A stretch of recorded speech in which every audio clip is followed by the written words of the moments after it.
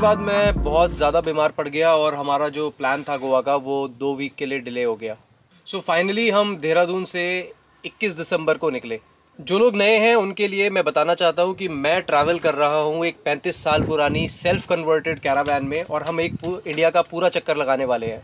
सो गोवा देहरादून से 2400 किलोमीटर पड़ता है, अपनी स्पीड 45 की है। तो अगले 8 दिन के अंदर हमें ये जर्नी कंप्लीट करनी है। हम लोगों ने सामान लोड करना स्टार्ट किया। जैसे ही मैंने दरवाज़ा खोला वैन का सामान रखने के लिए, तो एक वैन लाइफर की लाइफ का जो सबसे बड़ा नाइटमेयर होता है चूहे, वो चूहों की पॉटी अपनी गाड़ी में दिखाई दी।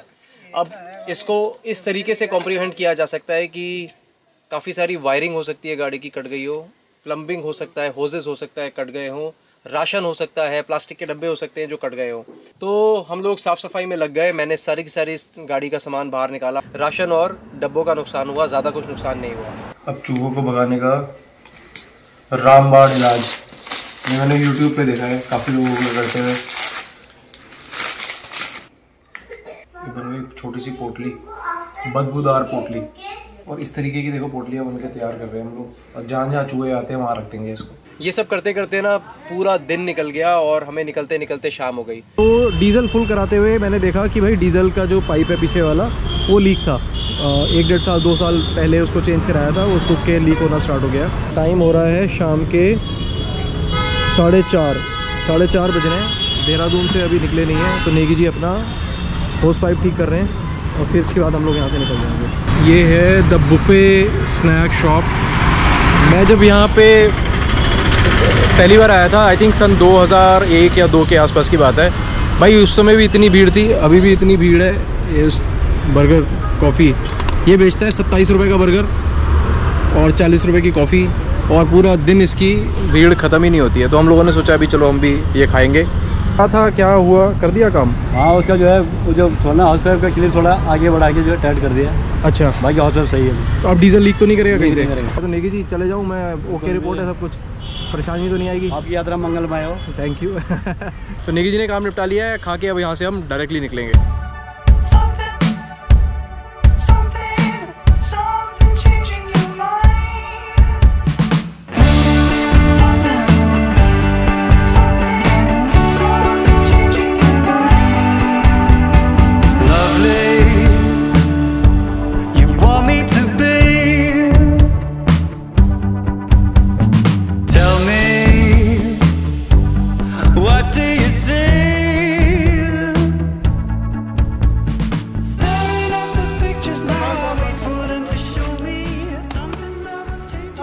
हेलो मेरा बेटा, कैसे हो?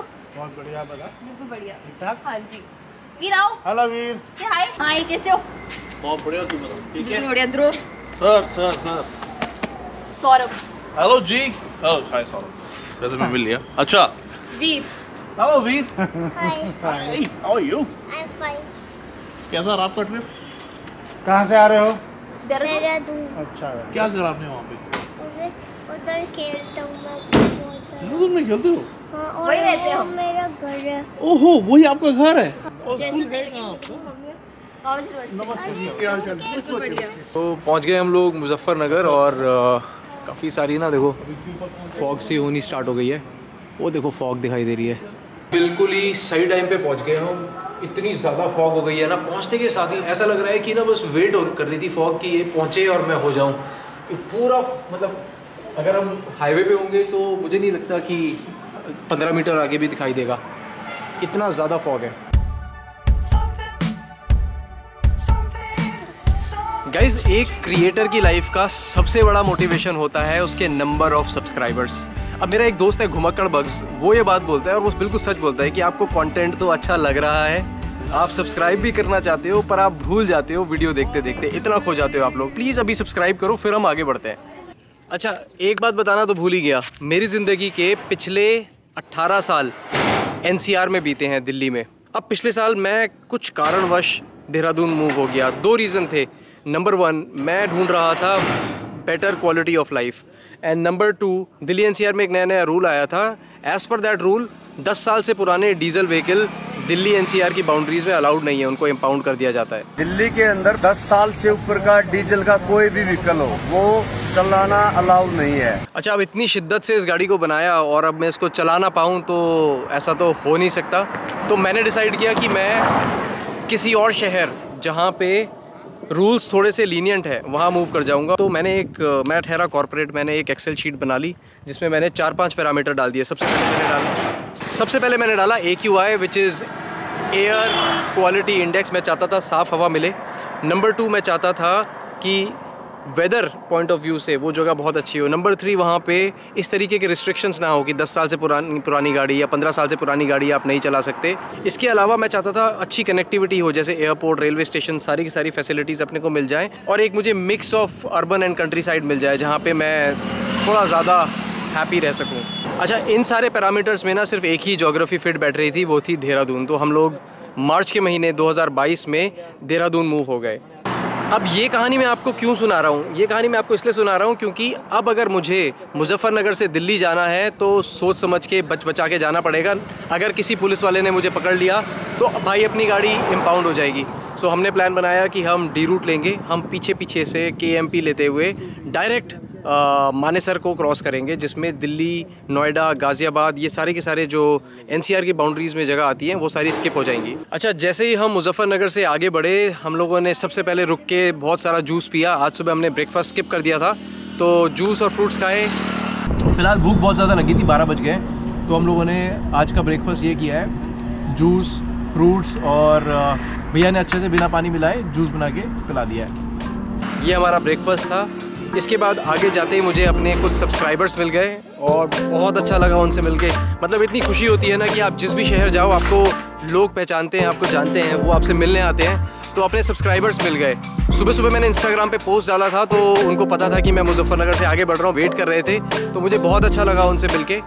थोड़ा आगे जाते ही ना अपनी गाड़ी का ब्रेक लगना बंद हो गया। मतलब अपनी गाड़ी के ब्रेक्स जो हैं वो टाइट हो गए और ब्रेक्स लगने बिल्कुल बंद हो गए। अभी मुजफ्फरनगर से हम करीबन 50-60 किलोमीटर आगे बढ़े हैं और इसके जो टायर्स हैं वो जाम हो गए हैं।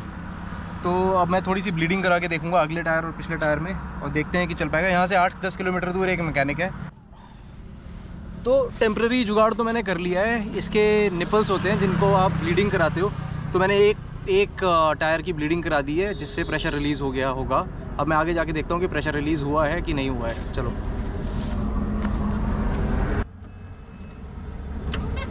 ठीक है, तो टेम्प्रेरी जुगाड़ हो गया है। अब ये जो टायर सट के चल रहा होगा नहीं चलेगा। अब किसी मैकेनिक के पास जाके ये गाड़ी थोड़ा सा ऊपर उठेगी, व्हील्स देखा जाएगा कि कौन सा व्हील फ्री है, कौन सा व्हील टाइट है और उसको फिर काम होगा 8 किलोमीटर दूर यहाँ से। थोड़ा आगे जाके मैंने मैकेनिक को भी अपनी गाड़ी दिखाई और फिर हम रुक गए लंच करने के लिए। हम लोगों ने देसी स्टाइल में लंच किया, मज़ा ही आ गया। तो हम लोग मानेसर से 100 किलोमीटर दूर हैं और आज हमें लग रहा है कि मानेसर के आसपास, वैसे सोच रहे थे नीमराना चले जाएंगे, जा पाए तो ठीक है, नहीं जा पाए तो मानेसर के आसपास कहीं हम जाके रुक जाएंगे। फिलहाल तो खाना खा रहे हैं। बहुत अच्छा, मतलब इस घाट पे बैठ के लंच करना एक अलग ही फील है ऑल टुगेदर। आज रात हम मानेसर जाने वाले हैं, जैसे मैंने आपको पहले बताया था। मानेसर में एक होटल है जिसका नाम है बसंत ढाबा। आज हम रात को वहीं रुकने वाले हैं। रास्ते में मेरी गाड़ी की लाइट्स भी ख़राब हुई, बहुत सारे और चैलेंजेस भी आए, बट फाइनली हम पहुंच गए बसंत का ढाबा। तो गाइस डे 2 के एंड में हम लोग ये पहुंच गए हैं बसंत ढाबा और इसकी पार्किंग में हम लोगों ने गाड़ी लगा दी है यहाँ पे। यहाँ बहुत सारे झूले थे तो वीर बहुत खुश हो गया। वीर ने झूलों में खेलना स्टार्ट कर दिया। मैं और वैशाली भी झूलों में चढ़ गए, हमने भी झूले झूले। फाइनली हम लोगों ने खाना खाया और आज हमारी लाइफ का इस साल का पहला ऐसा दिन है जब हम अपनी वैन में सोने वाले हैं। मुझे ओरियो दे दो, कुछ तो खाने के लिए दे दो। भाई आज का दिन अपना ख़त्म हो गया है। बसंत ढाबे के बाहर ही हमने गाड़ी लगाई है, वहीं सो रहे हैं। इस भाई को नींद नहीं आ रही है और ये हमारी भी जान खा रहा है। यार सो जा चुपचाप। तो कल से हम अपनी स्पीड बढ़ाएंगे, टाइम बढ़ाएंगे, घंटे बढ़ाएंगे और कोशिश करेंगे दिन के 400 किलोमीटर रोज़ के कवर करें। अप्रॉक्सीमेटली 8 से 10 घंटे की ड्राइव रोज़ करें हम लोग। तो होपफुली इस स्पीड में अगर हम 400 किलोमीटर रोज़ का करते हैं तो शायद हम गोवा पहुंच जाएंगे 29 तारीख।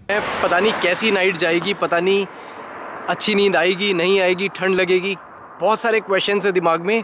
कल सुबह आपको बताऊंगा कि क्या हुआ अपने साथ।